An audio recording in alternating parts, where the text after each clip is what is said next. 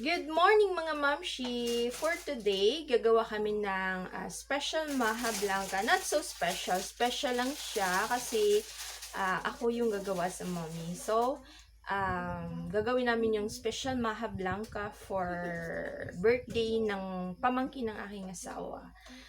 Hindi naman ako expert magluto ng maha, pero yun yung version ko.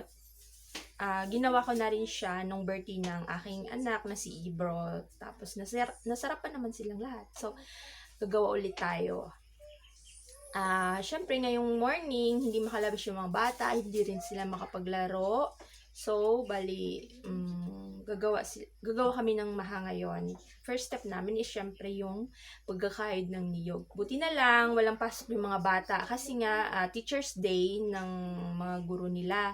So, happy Teacher's Day, mga guro namin, nating lahat. We're so proud of you. And then, happy birthday, Nine. Stay safe and healthy sa ating lahat. God bless.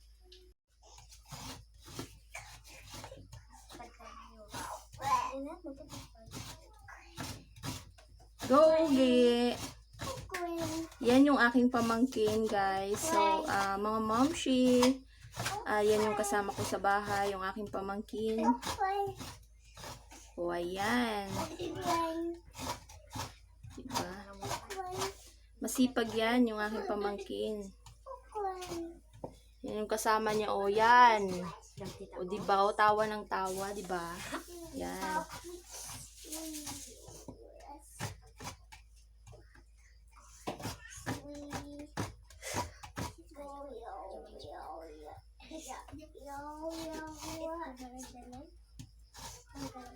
Habang bata pa, kailangan mong turuan yung mga bata na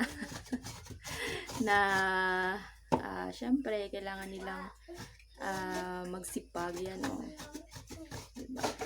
Kasi nga maulan, di sila makalabas dun sa labas, maulan, no, yan. Yung isa naman makulit.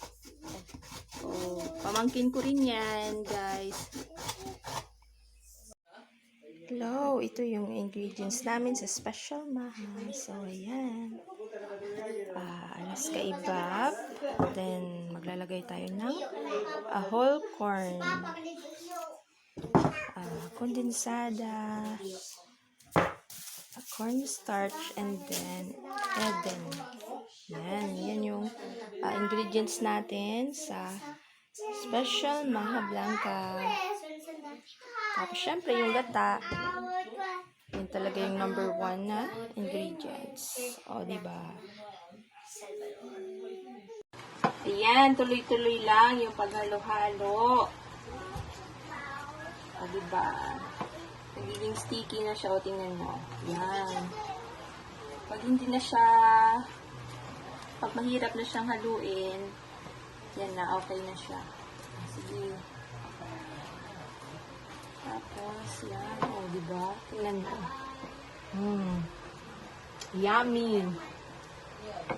Bawasan natin yung apoy.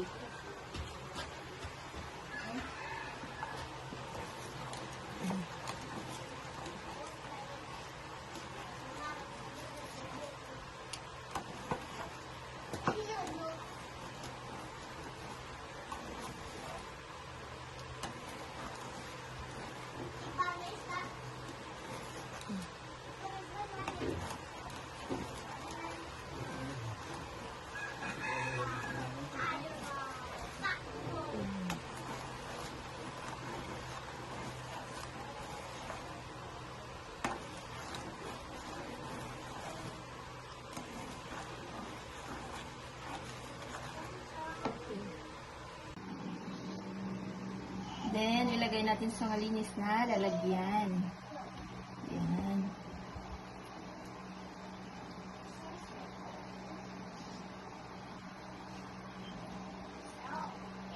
Diba? Yummy. Yummy.